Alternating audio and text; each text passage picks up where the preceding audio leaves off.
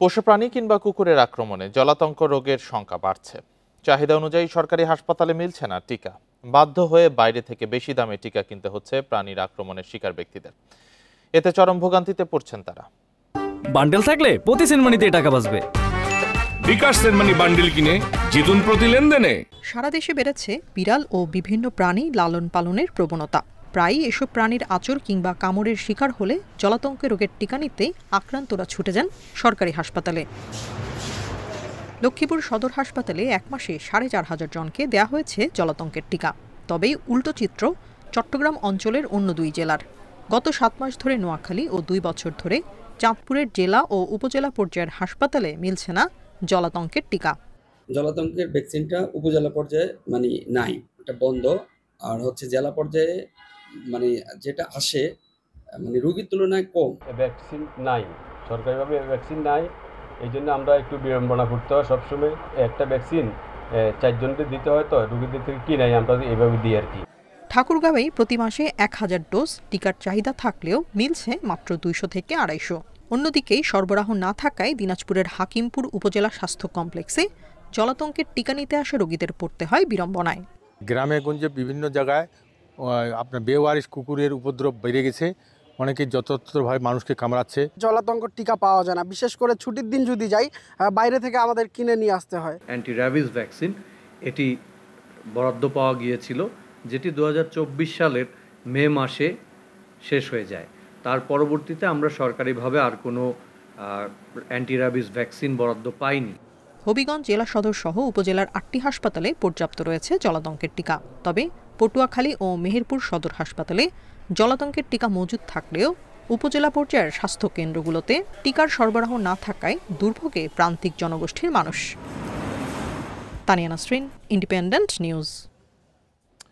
এ বিষয়ে আরো জানাতে ঠাকুরগাঁও থেকে যুক্ত হয়েছেন সহকর্মী মোহাম্মদ শামসুজ্জোহার। শামসুজ্জোহার, ঠাকুরগাঁওয়ে চাহিদার থেকে জলাতঙ্ক রোগের টিকা সরবরাহ অনেক কম, তো কিভাবে চলছে আসলে রোগীদের চিকিৎসা? বন্য প্রাণী যেমন বিড়ালের কামড় বা আচরে কিন্তু জলাতঙ্কের টিকা নিতে হয়। এই কারণে ঠাকুরগাঁও জেলার একমাত্র ভরসা স্থল ঠাকুরগাঁও ২৫০ শয্যার জেনারেল হাসপাতাল, সেখানেই কিন্তু আক্রান্তরা ছুটে যান এক টিকা ভ্যাকসিন পাওয়ার জন্য, যেটি সরকারিভাবে ফ্রি দেওয়ার কথা। কিন্তু পর্যাপ্ত থাকার কারণে প্রায় ৩ মাস থেকে এটি প্রায় বন্ধের পথেই। এই কারণে কিন্তু যারা আক্রান্তরা তারা কিন্তু বাহিরের দোকান থেকে বেশি দামে কেনার পরে কিন্তু এই টিকাটি পুশ করেন, এবং এটি যেহেতু একাধিক ডোজ, তারা কিন্তু বারবার এই টিকার জন্য হাসপাতালে যান। আবার না কিন্তু তারা বাইরে থেকে কিনে এই ডোজটি পূরণ করছে। যেহেতু টিকাটি সরকারিভাবে ফ্রি দেওয়ার কথা কিন্তু নেই, এই কারণে কিন্তু যারা যাচ্ছেন তারা কিন্তু সব সময় ক্ষোভ প্রকাশ করছেন। আরেকটি বিষয় জানিয়ে রাখি, যেহেতু হাসপাতালের কাছাকাছি সবাই কিন্তু টিকার জন্য যান, হাসপাতালে না পাওয়ার পরেই তারা কিন্তু অনেকে কিন্তু অপেক্ষায় থাকেন। যারা নিম্ন আয়ের মানুষ তারা অপেক্ষায় থাকেন, যেহেতু একটি টিকা ৪ জনকে দেওয়া যায়, এই কারণে তারা অন্য অপেক্ষায় থাকেন। যদি ৩ থেকে ৪ জন রুগী এই টিকাটি কেনা হয়, যেহেতু ১,১২০০ টাকার মতো দাম, এই কারণে কিন্তু তাদের কম টাকায় পাওয়া যায়। আবার যারা বিত্তবান রয়েছেন তারা কিন্তু হয়তো অপেক্ষা না থেকেই দিয়ে কিন্তু চলে যান।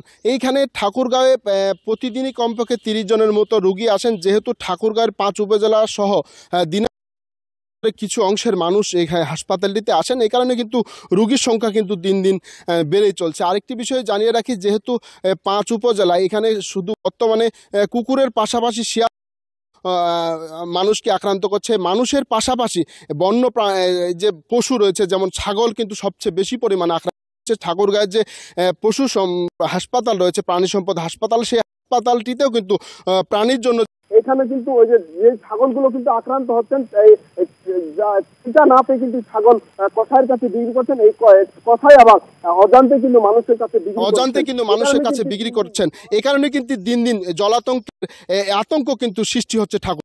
সরকারি হাসপাতালে জলাতঙ্কের টিকার সংকটের বিষয়ে জানাচ্ছিলেন সহকর্মী মোহাম্মদ শামসুজ্জোহার।